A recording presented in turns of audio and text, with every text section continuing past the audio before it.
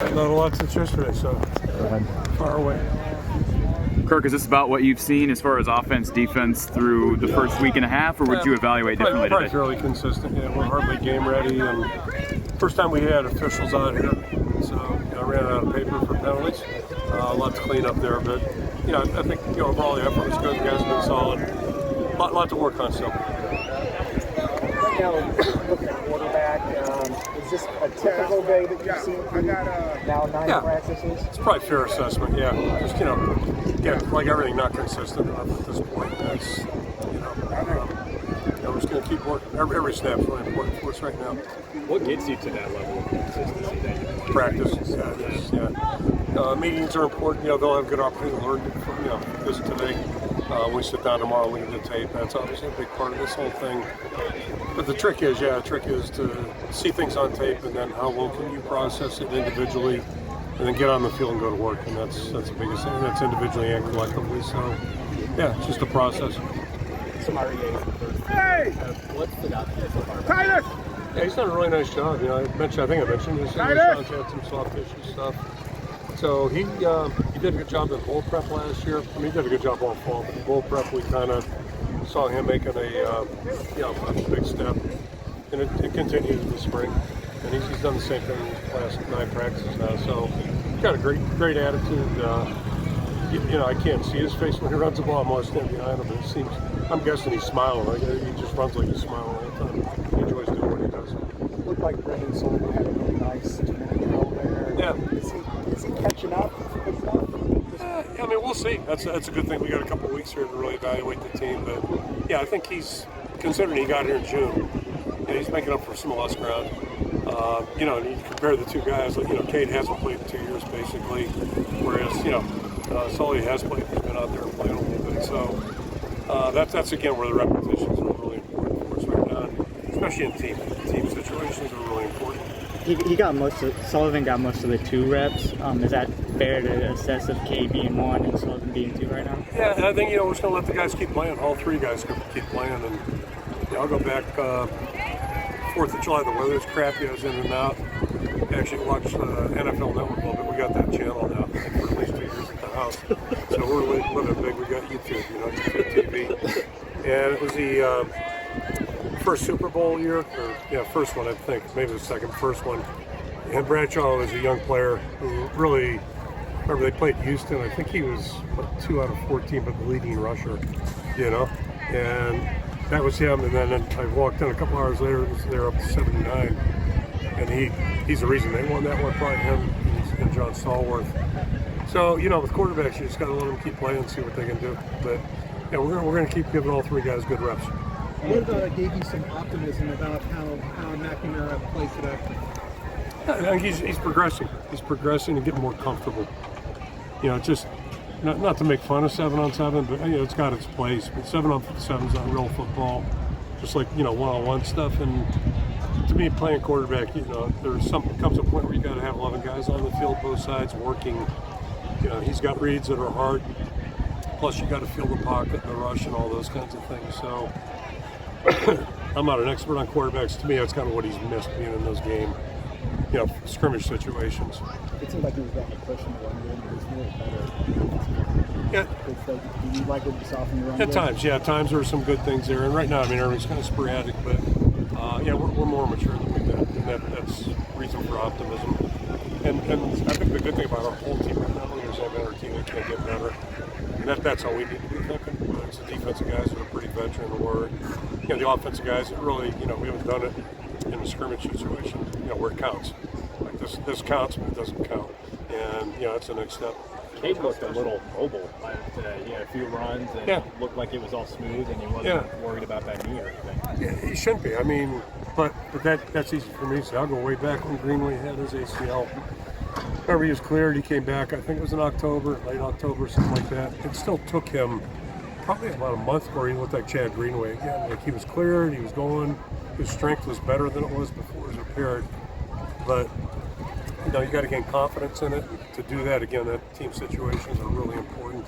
You don't get that in 7-on-7. So that's why this time's really important for him. One more reason it is. And, the knee's good, but it's just, you got to get that confidence back. Especially if it's with the big captains before. Oh, yeah.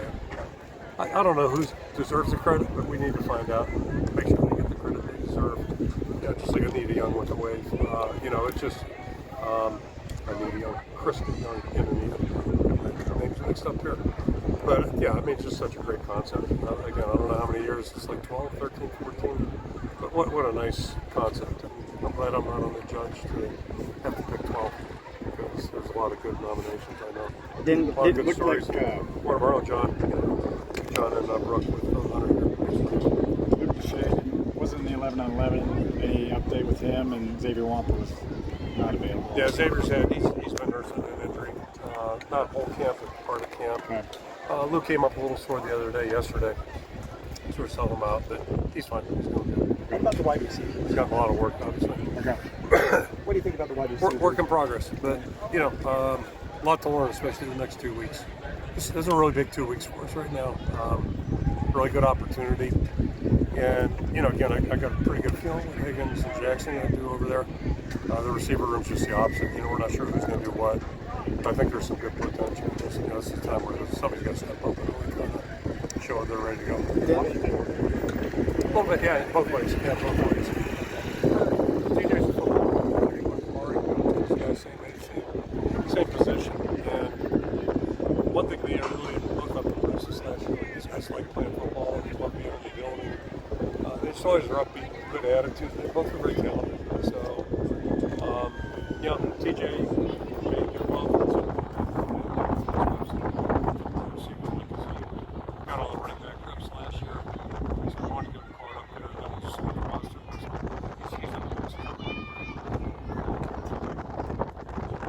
Sounds like an ankle. Yeah, it does sound like it. So far, so good. Didn't get a chance to ask yesterday, but Cade Ford was arrested in July. Yep. Is there any suspension, and is there anything you can comment on? Yeah, well, yeah, it's unfortunate. Yeah, anytime a player makes a bad decision, you know, he's remorseful about it.